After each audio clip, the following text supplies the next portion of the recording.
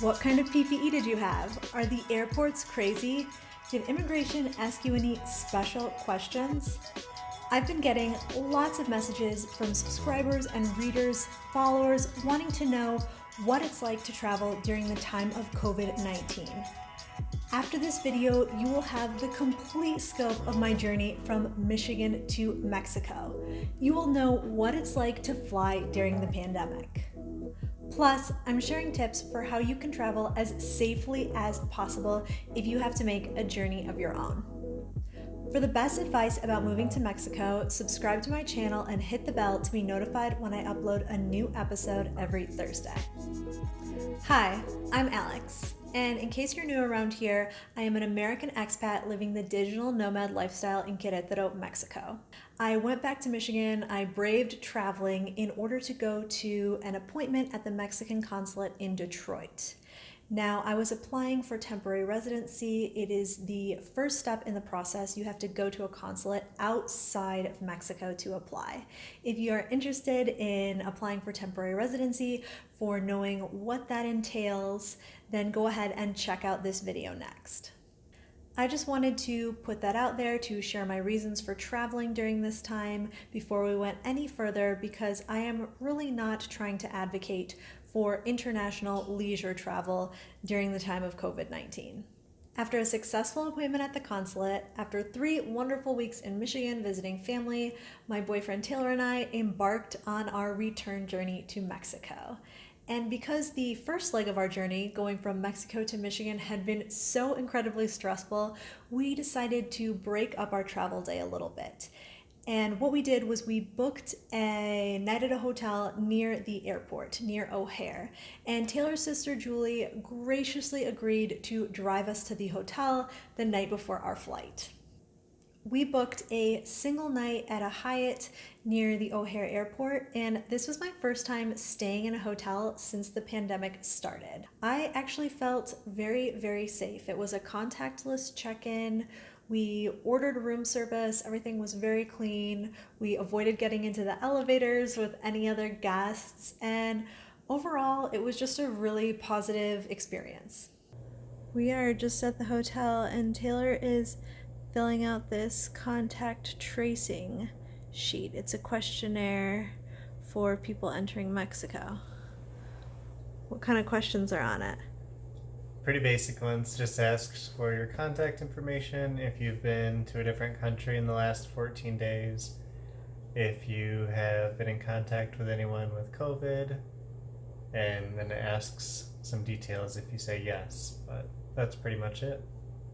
When I traveled from Mexico back to the United States in July, I wore my reusable cloth mask.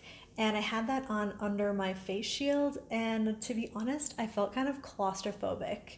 It was super hot, my face got really sweaty, it was kind of hard to breathe even, and overall just not a very comfortable experience. I also got a super bad breakout on my chin because, like I said, it was really hot, so my face was sweating, and I just wanted to avoid that the second time around. So the second time around, I opted for a surgical mask.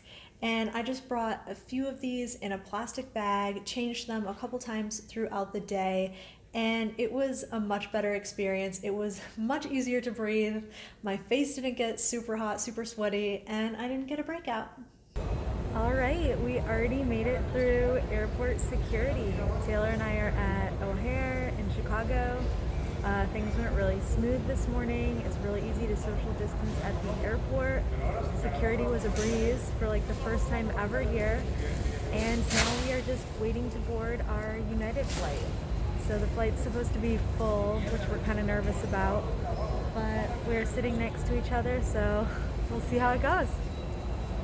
When the time came to board the plane, we did so from the back of the airplane to the front of it, which I thought was a really good idea, so there weren't a ton of people walking by you once you got settled in your seats.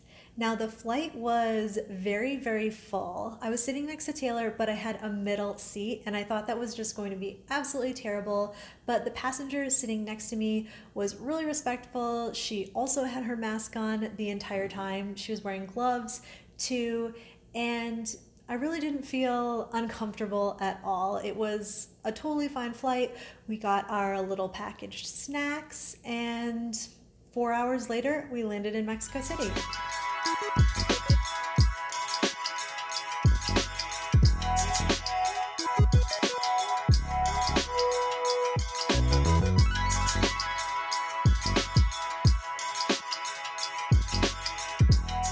Quick question for you. Since the pandemic started, have you gotten on a plane? If you haven't, are you waiting until there's a vaccine to do so? Let me know in the comments. Pretty much as soon as we touched down on the runway in Mexico City, people were getting up, trying to grab their bags, trying to be the first people off of the airplane. You know, the usual stuff. But this is not traveling in usual times. So if you're on a flight and the flight attendants make an announcement that you're going to be exiting row by row, which is what the flight attendants on our flight did, then go ahead and just listen to those flight attendants. It will make everything a lot safer, a lot easier for all your passengers and for yourself. As soon as we got off the airplane, I mean literally stepped through the door of the airplane, the temperature checks started. And before I even made it to immigration, I had my temperature checked twice. Going through immigration, even with all the temperature checks, was really, really smooth. And honestly, no different really than any other time entering Mexico. The arrivals terminal in Mexico City was a lot less chaotic than the departures terminal had been 3 weeks earlier. So restaurants were open, shops were open, everything was pretty normal, and people were doing a good job of staying apart and social distancing. We had about a half an hour, and then we were on the bus back to Querétaro. So that journey takes 3.5 hours. And all in all, this experience was much less stressful than the experience traveling from Mexico to the United States. We had kind of a crazy time with Aeromexico. You can see more about that on my IGTV over on my Instagram at AlexNotEmily. But I think even more than the whole Aeromexico debacle was the fact that I was a lot more comfortable traveling. So the first trip was super stressful because I didn't know what to expect and was just really nervous, really paranoid. But this second time around, I knew what was going on a little bit more. If you need to travel during the time of COVID-19, here are a few tips so you can do so as safely as possible. First, I highly recommend investing in the same PPE and just safety items that I brought, like the hand sanitizer, the face shield, the surgical mask, and those disinfectant wipes. If you have long hair, definitely tie it back so you're not tempted to touch your face when you brush it out of your eyes.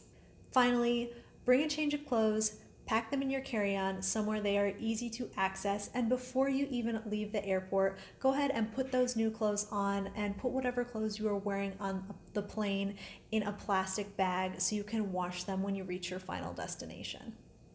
I made this video in part because I've been getting a lot of messages, a lot of questions from people wanting to know if it's safe to move to Mexico during the pandemic.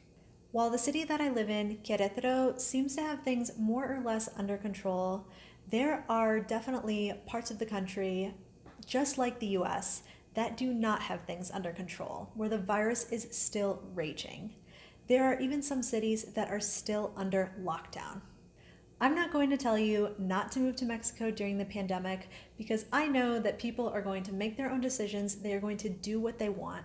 But it is my hope that after watching this video, you have a better idea of what it's like to travel from the United States to Mexico during COVID-19, so you can do so as safely as possible, both for yourself and for other people.